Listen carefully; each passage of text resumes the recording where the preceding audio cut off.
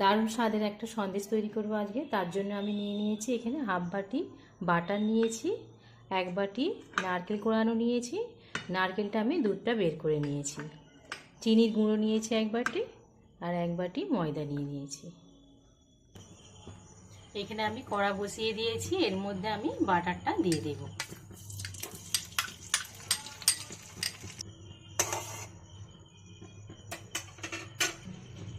এটা মেল্ট হয়ে গেছে, আমি এর মধ্যে ময়দাগুলো দিয়ে দেব।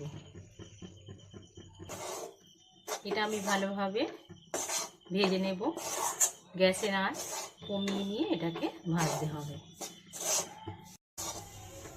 এটা একভাবে নেড়ে যেতে হবে, নাহলে তলায় পুড়ে যাওয়ার ভয় আছে। আস্তে আস্তে এটা তরল হয়ে যাবে নাড়তে নাড়তে।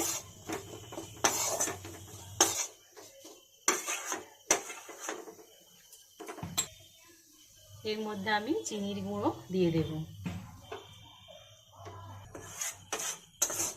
এটা ভালোভাবে আমি নেড়ে নেব।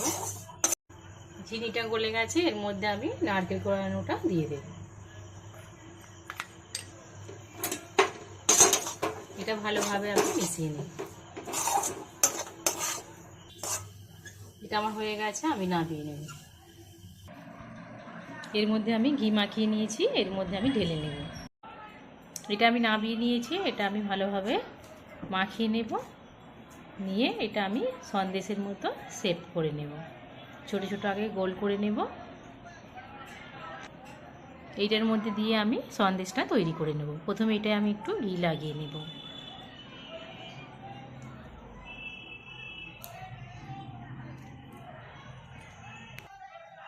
এর মধ্যে আমি দিয়ে দেব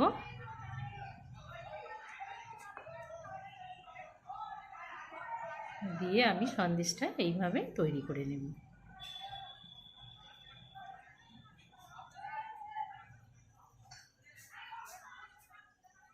দেখুন সন্দেশটা আমার তৈরি হয়ে গেছে।